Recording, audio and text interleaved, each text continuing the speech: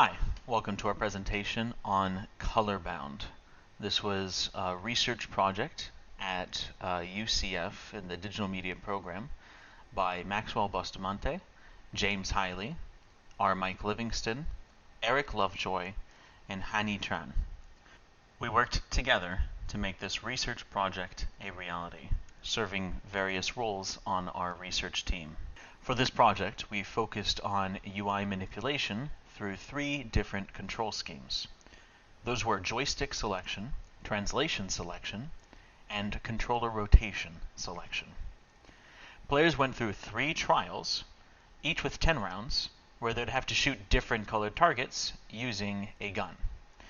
This gun would be of 4 different colors, and they'd have to match the gun to the target in order to clear that target. Each trial, they would have a different system for choosing their color. Those 3 control schemes were the joystick scheme, the translation scheme, and the rotation scheme. The joystick scheme involves selecting a color from a radial menu that appears when the joystick is pushed in a direction. It has a direct analog to the virtual reality game Space Pirate Trainer. The translation scheme involves the player pressing a button that causes a radial menu to appear. Players then physically move their hand in one of 4 directions to choose a weapon. Its direct virtual reality analog is Half-Life Alyx. The rotation control scheme involves the player pressing a button that causes a semi-radial menu to appear. The semi-radial because the wrist can only rotate so far, so we didn't want it to be in every direction. Players then rotate their wrists to choose a weapon. There is no direct analog in virtual reality for this manipulation that we know of currently. We wanted to test this solution because we felt that current ways of switching weapon types and tools in virtual reality is workable, but in some ways inadequate.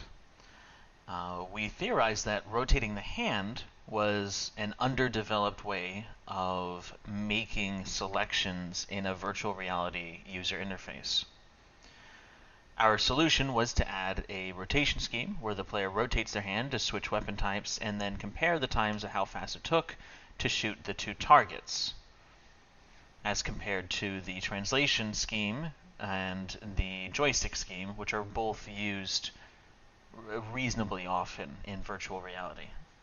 Our results are somewhat surprising. We thought that rotation would do better, but in this case it came out middle of the pack. Joystick in all trials was typically the fastest on average, with the translation selection scheme being the slowest by a reasonable margin. Testers tended to clear the second target of the pair of targets that would appear a little bit faster than the first. This is largely and likely because when the 2 targets appear at the same time, the player has to take a moment to decide on which color gun they need to use to clear the first target, and then while they're clearing that first target, they're already able to plan a little bit for the second target. This came to an average difference of about 0.2 to 0.1 seconds.